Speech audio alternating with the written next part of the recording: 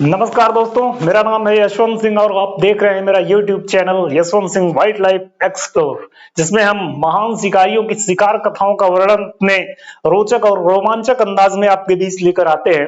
और इसमें जो अपनी कहानी चल रही है, मशहूर शिकारी जिम कॉर्बेट साहब की एक पुस्तक है the man eater of Rudraprayag. एक ऐसे आदमखोर की कहानी जिसने 8 वर्षों तक 500 वर्ग मील गढ़वाल के पूरे क्षेत्र को आतंकित करके रखा था। तो दोस्तों, इसमें अब तक मैंने 6 एपिसोड कर लिए हैं। आज 7वां एपिसोड आपके बीच लेकर मैं आया हूं। तो 7वां एपिसोड शुरू करने से पहले मैं चाहूंगा कि थोड़ा सा रिकैप मैं बता दूं 6वें एपिसोड जहां मैंने खत्म किया था। लेकिन आपसे एक विनम्र निवेदन है कि आप नए हैं तो प्लीज चैनल को ज्वाइन कीजिए, सब्सक्राइब कीजिए और बने रहिए मेरे साथ कहानी के अंत तक। बहुत ही रोचक और रोमांचक कहानी है ये। तो 6वां एपिसोड थोड़ा सा उसका रिकैप मैं आपको बता दूं। जब जिम कॉर्बेट ने यह तय कर लिया कि जो अलकनंदा नदी पर 2 पुल बने हैं, एक चटवा पीपल पुल और एक रुद्रप्रयाग पुल, रात में दोनों को बंद कर दिया जाए। और उससे होना यह था कि वह बाघ इन दोनों पुलों का इस्तेमाल करके नदी के इस पार से उस पार जाता था। और बंद करने से, चूंकि वह रात्रि में ही निकलता था, तो पुल को बंद करने से उसको एक जगह ही सीमित रखा जा सकता था, एक दायरे में। और इसलिए कॉर्बेट ने यह प्रयोग भी किया और तकरीबन 20 दिन तक वो रुद्रप्रयाग पुल पर बैठकर निगरानी करते थे। लेकिन उस दौरान न तो उस पुल से कोई मनुष्य क्रॉस हुआ, न ही कोई जानवर, सिवाय एक सियार के। तो इसके बाद कॉर्बेट बताते हैं कि जब मैं पुल की निगरानी कर रहा था, अब यहां से मैं 7वां एपिसोड शुरू कर रहा हूं। कॉर्बेट बताते हैं कि जब मैं पुल की निगरानी कर रहा था तो उसी समय मिस्टर आइवर्सन और मिसेज आइवर्सन पौड़ी से रुद्रप्रयाग पहुंच गए थे। और जब वो निरीक्षण बंगले में पहुंचे, चूंकि उनके आदमी भी उनके साथ थे और मेरे आदमी, मैं, तो इतनी जगह उसमें नहीं थी निरीक्षण बंगले में कि सब कोई साथ वहां रह सके। तो मैंने अपने आदमियों को लेकर यात्रा मार्ग पर थोड़ी दूर पहाड़ी के ऊपर मैंने अपना कैंप लगाने के लिए योजना बनाई और अपने सेवकों से कहा कि आप ले चलकर अपना कैंप वहां लगाइए, हम लोग बाहर कैंप में रहेंगे। और फिर जब मैं अपने आदमियों को लेकर कैंप लगाने के लिए पहाड़ी पर गया और जिस जगह मैं कैंप लगा रहा था, तो वहां एक मेहल का पेड़ था जो कि हमारी कैंप की तरफ लटका हुआ था और वह हमारी टेंट को खड़ा करने में काफी दिक्कत पैदा कर रहा था। तो मैंने अपने आदमियों से कहा कि इस पेड़ को अगर काट दिया जाए तो फिर हमारा टेंट आसानी के साथ खड़ा हो जाएगा। और जैसे ही हमारे आदमी उस पेड़ को काटने में लग गए और तकरीबन आधा पेड़ जब कट गया, तभी मेरे मन में यह विचार आया कि इस समय अगर हम पेड़ को कटवा देते हैं तो फिर दिन की गर्मी को कैसे हम झेल पाएंगे। तो हमने तय किया कि पेड़ को कटवाने की बजाय इसकी जो डालियां लटकी हुई है उसको कटवा दिया जाए। और हमारे आदमी मेरे कहे अनुसार उसकी डालियों को काटने लगे। और फिर टेंट लगाने के बाद सबसे पहला काम यह था हम लोगों का कि एक सुरक्षा घेरा वहां बना लिया जाए, क्योंकि उस बाघ द्वारा, खोर द्वारा उस क्षेत्र में हर खिड़की, हर दरवाजे पर मनुष्य के लिए, उसको मारने के लिए असफल प्रयास किए गए थे। लेकिन कॉर्बेट यहां बताते हैं कि वो बाड़ा इतना सुरक्षा हमको नहीं प्रदान कर सकता था, क्योंकि वह दरवाजे तोड़ सकता था। लेकिन मन की शांति के लिए कि शायद बाड़े को अगर हम घेरा बना लें तो हो सकता है कि वह यहां आने से परहेज करे। और हमने कांटों को काट कर एक बाड़ा बनाया। बाड़ा बनाने के बाद हमारे सेवकों ने हमारे लिए भोजन तैयार किया और भोजन तैयार करने के बाद हम लोग भोजन किए। और भोजन करने के बाद मैंने अपने सेवकों से कहा कि अगर तुम चाहो तो जहां आइवर्सन के आदमी रुके हुए हैं बरामदे के बाहर वाले कमरे में जाकर तुम लोग भी आराम कर सकते हो। लेकिन मेरे आदमियों ने मेरा साथ छोड़ने से इनकार कर दिया और फिर हम लोग साथ में रात्रि में सो गए। लेकिन मेरे दिमाग में यह चल रहा था कि अगर इस समय मेरी सुरक्षा का सबसे कमजोर पहलू कोई है तो वह पेड़ था, क्योंकि वह पेड़ बाहर की तरफ था और उसकी लटकी हुई डालियां हमारे कैंप की तरफ थी। तो अगर वह आदमखोर आ जाता है रात में तो फिर पेड़ से चढ़कर वह आराम के साथ कैंप में उतरेगा और कैंप में उतरने के बाद तो फिर 1 2 4 जितने हैं आराम से उसको भोजन मिल जाएगा। और यह करते करते मेरी आंख पता नहीं कब लग गई, मैं जान नहीं पाया, लेकिन तकरीबन आधी रात के वक्त अचानक मुझे पेड़ पर कुछ आहट सुनाई दी। मैंने तत्काल अपनी भरी हुई जो राइफल थी, जो मेरे बिस्तर पर पड़ी थी, उसको उठाया और बाहर की तरफ मैं भागा। और जैसे ही मैं बाहर की तरफ भागा, मैं कुछ देख पाता उसके पहले ही मेरा सेवक जो भोजन बनाने वाला था, उस बहुत जोर से चिल्लाया, बाघ। और जैसे ही वो बाघ चिल्लाया, मैंने देखा कि वह आदमखोर उस पेड़ से कूदकर एक खेत की तरफ भाग रहा है। और वह इतनी तेज गति से यह सब किया कि मैं अपनी राइफल उसकी तरफ घुमा ही नहीं पाया। लेकिन मैं उसके पीछे उसका पीछा करना चाहा और मैं खेत की तरफ गया। खेत से वह पहाड़ियों की तरफ निकला था, तो मैं उस पहाड़ी की तरफ गया।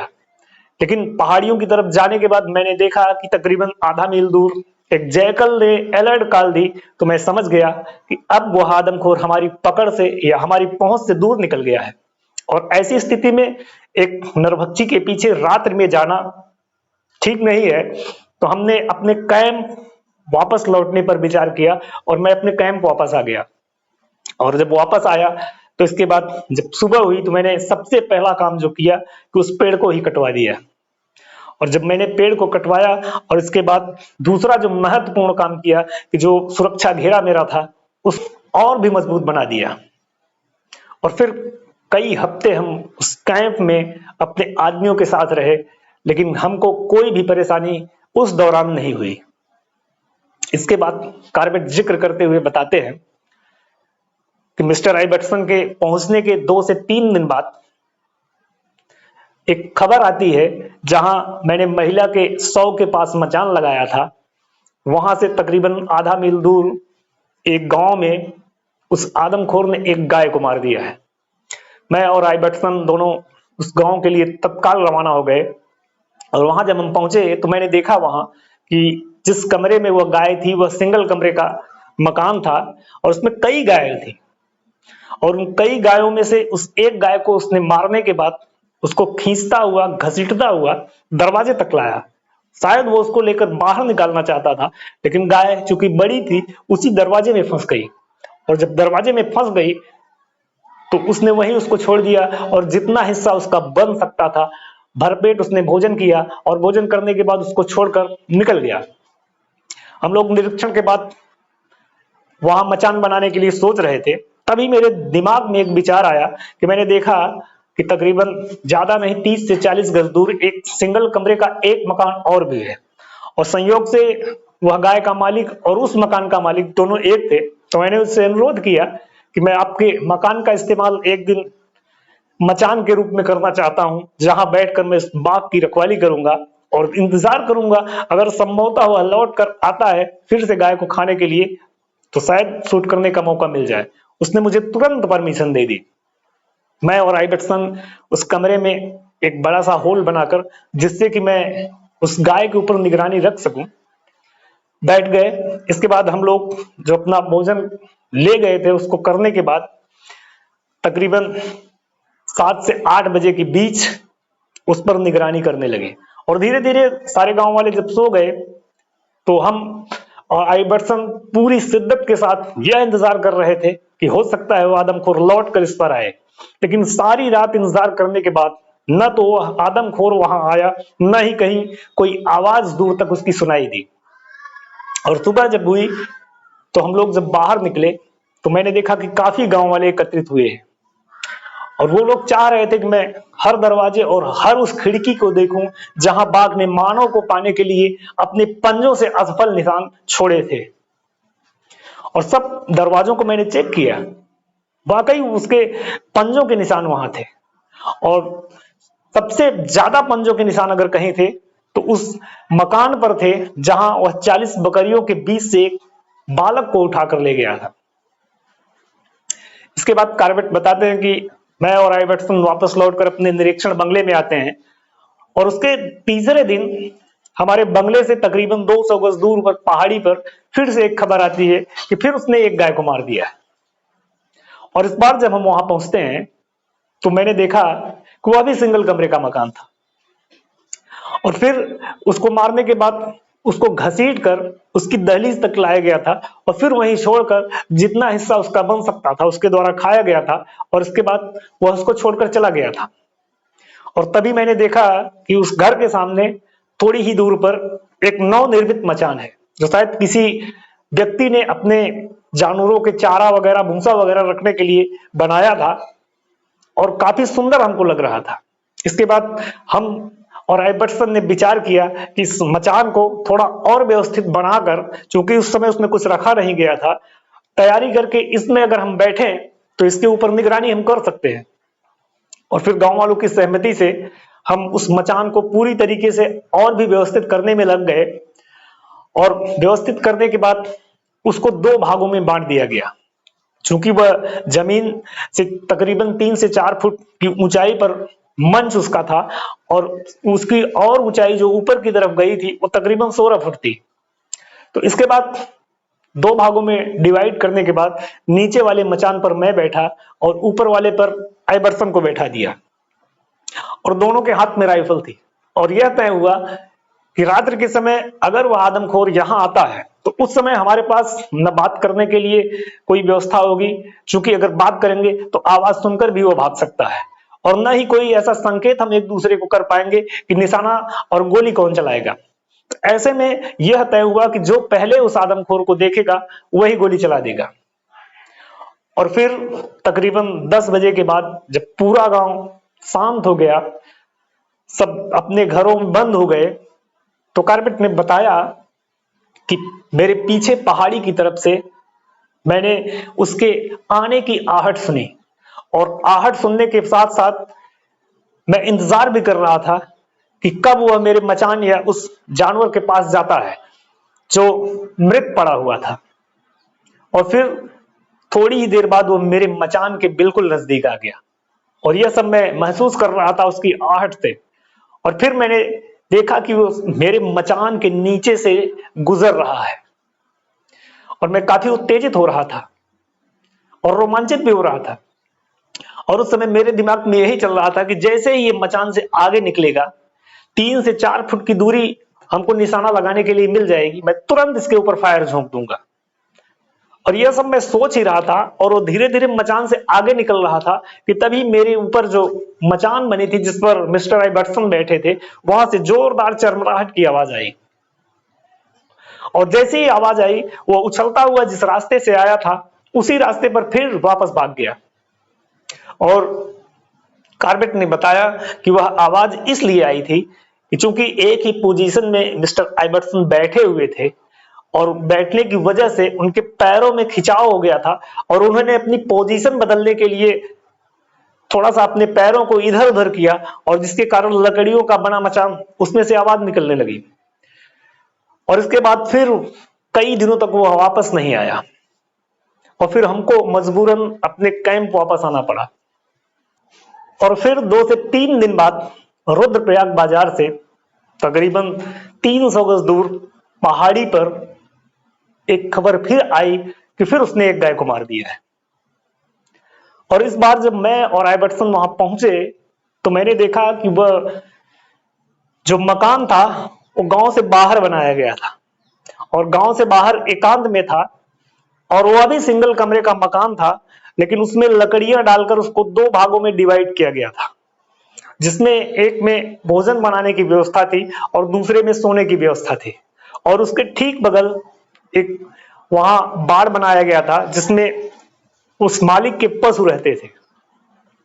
और हुआ यह कि एक रात वह मकान का मालिक भोजन बनाने के बाद भोजन करता है और भोजन करने के बाद अपने कमरे में अंदर चला जाता है और अपने रसोई को बंद करना भूल जाता है। और तकरीबन आधी रात को वह आदमखोर वहां पहुंचता है और चूंकि रात चांदनी थी तो रसोई में घुसने के बाद वह उस पार्टीशन को जो कि लकड़ियों से बनाया गया था जिसके अंदर वह व्यक्ति सोया हुआ था, उसको पाने के लिए वह लकड़ियों के ऊपर पंजों से कई बार प्रहार करता है और उसको उखाड़ने की कोशिश करता है। और तभी उस व्यक्ति की आंख खुल जाती है और हल्की मध्यम रोशनी में जो कि चांदनी रात थी, वह व्यक्ति उस आदमखोर को देखता है। लेकिन चूंकि वह अकेला था वह कुछ कर नहीं सकता था, लेकिन उसके अंदर इतना भय और खौफ व्याप्त हो गया कि वह पूरा पसीना पसीना हो गया। और फिर जब काफी देर तक बाघ के द्वारा वो प्रयास किया जाता रहा और अंत में जब बाघ उन लकड़ियों को, चूंकि मजबूत लकड़ियां थी, उखाड़ नहीं पाया, तो वापस निकलता है। और जब वापस निकलता है तो वह बाड़े की तरफ जाता है और गुस्से में वह एक गाय के ऊपर हमला करके उसे मार देता है और उसकी रस्सी तोड़कर उसे घसीटता हुआ लेकर पहाड़ी पर चला जाता है। कारपेट ने बताया कि जहां वह गाय मारी गई थी और जहां घसीट कर वह ले गया था, वहां एक पानी का स्रोत था और उस स्रोत के बगल एक बड़ा पेड़ था। तो इस बार मैंने और आइबर्सन ने यह तय किया कि इस बार इस पेड़ पर हम लोग बैठेंगे और इस प्राकृतिक मचान का उपयोग करेंगे। प्राकृतिक मचान का उपयोग करने का मतलब यह था कि मचान वहां बनाई नहीं गई, वहां डालियों पर बैठकर और इसके बाद उन डालियों के इर्द गिर्द फट्टियां लगाकर, लकड़ियां लगाकर वहां उसके चारों तरफ पुआल वगैरह से उसको घेर दिया गया, ताकि वहां जो व्यक्ति बैठा है वो दिखाई न दे। लेकिन कारपेट ने बताया कि उस समय एक पिंजरा सरकार के द्वारा हमको मुहैया कराया गया था और वह तकरीबन 5 फुट लंबा था और उसके जबड़े जो थे वो 24 इंच के थे और जिसमें 3-3 इंच लंबे दांत लगे हुए थे और उसकी स्प्रिंग जो थी वो काफी मोटी थी और वह 80 पाउंड वजन का था। और उसे खोलने के लिए तकरीबन प्रेशर उस पर लगाने के लिए, जो उस पर स्प्रिंग लगी थी उस पर प्रेशर लगाने के लिए, उसके पंजे को खोलने के लिए तकरीबन 3 से 4 आदमियों की जरूरत पड़ती थी। और फिर उसमें एक जंजीर लगाई गई थी और कारपेट ने बताया कि जब मैंने देखा कि बाघ किस रास्ते से गया हुआ है, तो मैंने उसी रास्ते पर, चूंकि मुझे पूर्ण विश्वास और उम्मीद थी कि यह इसी रास्ते से वापस आएगा, उसी रास्ते पर मैंने, उस पगडंडी पर मैंने उस पिंजरे को लगा दिया और उसके इर्द गिर्द जो आसपास जगह बच रही थी उस पगडंडी पर, वहां मैंने कांटे की झाड़ रख दी कि बाघ अगर यहां से गाय की तरफ आता है तो इसी पिंजरे पर से होता हुआ वो निकले। और फिर मैं और आइबर्सन चढ़कर पेड़ पर बैठ गए।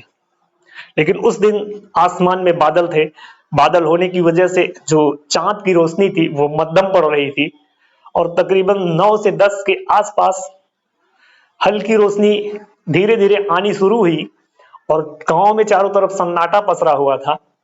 और तभी मैंने सुना कि बाघ बहुत जोर से गुर्रा रहा है और जब मैंने उसकी जोरदार गर्जना सुनी तो मुझे पूर्ण विश्वास हो गया कि बाघ पिंजरे में आ गया है।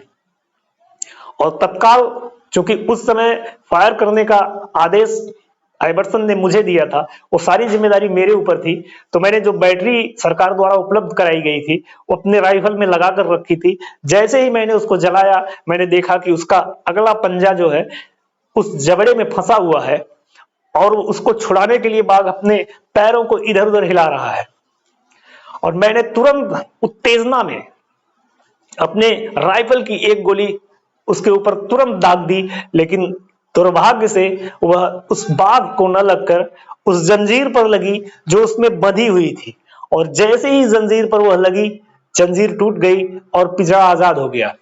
और जैसे ही पिंजरा आजाद हुआ, वह बाघ उस पिंजरे को लेकर लंगड़ाता हुआ, कूदता हुआ उसके पीछे एक चट्टान थी, चट्टान के पीछे निकल गया। और फिर मैंने, जब वो लेकर भाग रहा था, उसी समय मैंने दूसरा फायर अपनी राइफल से कर दिया, वह भी मिस हो गया। और मेरे साथ बैठे आइबर्सन ने भी अपने राइफल की दोनों गोलियां खाली कर दी और नतीजा यह हुआ कि 4 की 4 गोलियां एकदम व्यर्थ। और तत्काल आइबर्सन और मैं पेड़ से नीचे उतरते हैं। नीचे उतरने के बाद मैंने फिर से अपनी राइफल लोड की और आइबर्सन उस समय एक पेट्रोल लैंप लेकर आया था, उसको जलाकर वो आगे आगे चलने लगा और फिर मैं उसके पीछे पीछे चलने लगा। और जब हम चट्टान की तरफ पहुंचे तो चट्टान की तरफ पहुंचने के बाद मैंने देखा कि थोड़ा सा नीचे की तरफ वह बाघ पूरी तरीके से गुस्से में घुर्राता हुआ एकदम हम लोगों के ऊपर हमला करने की पोजीशन में बैठा था। और तत्काल मैंने अपनी राइफल से उसके सर पर निशाना लगाया और अपनी एक गोली से उसको ढेर कर दिया। और अगर उस समय वहां गोली अगर मिस हो जाती तो फिर हम दोनों में से दोनों की जान को पूरा का पूरा खतरा था। कार्बेट इसका जिक्र करते हुए बताते हैं कि एक ऐसा ही हादसा जब मैं बचपन में अपने सर्दियों वाले घर पर रहता था तब मैंने सुना और देखा था। उन्होंने बताया कि सिविल सेवा के एक अधिकारी मिस्टर स्मिटन और जंगलात विभाग के एक अधिकारी मिस्टर रेडवुड उस समय मुरादाबाद से काला डूंगी जा रहे थे और चूंकि उस समय रेल की कोई व्यवस्था नहीं थी तो वो डाक गाड़ी से, जो कि तांगे में उस समय डाक ले जाई जाती थी, उससे जा रहे थे और अचानक काला डूंगी पहुंचने के पहले ही रास्ते में एक पागल हाथी से उनकी मुलाकात हो गई जो कि मस्त पीरियड में था। जैसे ही उनका आमना सामना उस पागल हाथी से हुआ, चूंकि मोड़ था, उस हाथी ने उस घोड़े को जो कि गाड़ी को खींच रहा था और उसके हाँकने वाले दोनों के ऊपर ताबड़तोड़ हमला कर दिया और गाड़ी तोड़ डाली, घोड़े को मार डाला और उस गाड़ीवान जो गाड़ी चला रहा था उसको भी मार डाला। ये दोनों किसी तरीके से उससे कूद कर बच निकले, लेकिन उसी समय ब्रेडवुड जिनके पास की राइफल थी उन्होंने अपनी राइफल निकाली और राइफल निकालने के बाद स्मिटन ने दौड़कर, उसमें एक लैंप लगी हुई थी जो कि बच गई थी, उसको उठाकर लाए और ये लोग तत्काल धीरे धीरे वहां छुपते छुपाते उस हाथी के पास पहुंचते हैं और हाथी के सर पर निशाना लगाकर गोली मारते हैं और वो हाथी मर जाता है। लेकिन कार्बेट इस चीज का जिक्र करते हुए बताते हैं कि एक पागल हाथी और एक घायल बाघ, दोनों में जमीन आसमान का अंतर होता है और इन दोनों कंडीशन में कोई भी व्यक्ति ऐसी जहमत उठाने की कोशिश ही नहीं करेगा। इसके बाद जब कार्बेट बताते हैं कि वो बाघ मारा जा चुका था, तब गांव के लोग दौड़ते हुए भागते हुए अपने अपने घरों से वहां पहुंचते हैं और पहुंचने के बाद जब वो देखते हैं तो सबके मन में बात आती है कि हाँ, यही वो आदमखोर है जिसने हम लोगों को 8 वर्षों से आतंकित करके रखा था। लेकिन जिम कार्बेट बताते हैं कि जब मैं महिला के शव पर बैठा था, भले ही उस समय रात थी, लेकिन जो हल्की सी परछाई मैंने उसकी देखी थी, मुझे वो देखकर और आज जो ये बाघ मरा पड़ा हुआ है, दोनों में जमीन आसमान का अंतर लग रहा है। मुझे और मेरे मन दोनों को ये आदमखोर नहीं लग रहा है, लेकिन चूंकि आदमखोर कहने वालों की संख्या ज्यादा थी, इसलिए मिस्टर आइबर्टसन को भी यह पूर्ण विश्वास हो गया कि यह वही बाघ है जिसने आतंक मचाया हुआ था। रुद्रप्रयाग का वही आदमखोर है। इसके बाद उस बाघ को बांधकर बाजार की तरफ लाया जाता है। पूरे बाजार में हर दरवाजे के सामने उसको रखा जाता है ताकि सब स्त्री, पुरुष, बच्चे उसको देखकर संतुष्ट हो जाए और संतुष्ट होने के बाद फिर कार्बेट बताते हैं कि काफी देर रात होने के बाद हम लोग उसको लेकर पहुंचते हैं अपने निरीक्षण बंगले पर और निरीक्षण बंगले पर पहुंचने के बाद उसको रखा जाता है और फिर यह तय किया जाता है कि सुबह इसकी खाल उतारी जाएगी। लेकिन खाना पीना खाने के बाद मैं और आइबर्टसन दोनों में यह वाद विवाद होता रहा। मैं बार बार उनसे कहता रहा कि यह उत्तराखंड रुद्रप्रयाग का आदमखोर नहीं है, लेकिन वो ये बात मानने को तैयार नहीं हो रहे थे। और फिर इसके बाद हम लोग आराम करने के लिए अपने अपने रूम में चले गए और फिर सुबह जब हम लोग उठे तो मैंने देखा कि तमाम लोग जो और गांव के दूर दराज के लोग थे वो उसको देखने के लिए आ रहे हैं और जितने भी लोग उस समय वहां पहुंचे सब ने कहा कि यही है रुद्रप्रयाग का आदमखोर, जिससे आइबर्टसन और उनकी पत्नी को और भी दृढ़ विश्वास हो गया। लेकिन मेरा मन अभी भी कह रहा था कि यह उत्तराखंड रुद्रप्रयाग का आदमखोर नहीं है। कार्बेट ने बताया कि इसके बाद मैंने उसकी चमड़ी उतारी और चमड़ी उतारने के बाद फिर यह तय हुआ कि हम लोग कल यहां से पौड़ी के लिए निकल लेंगे। और यह सब होने के बाद मैंने आइबर्टसन से सिर्फ 2 चीजें कही जो कि वो मानने को तैयार भी हो गए।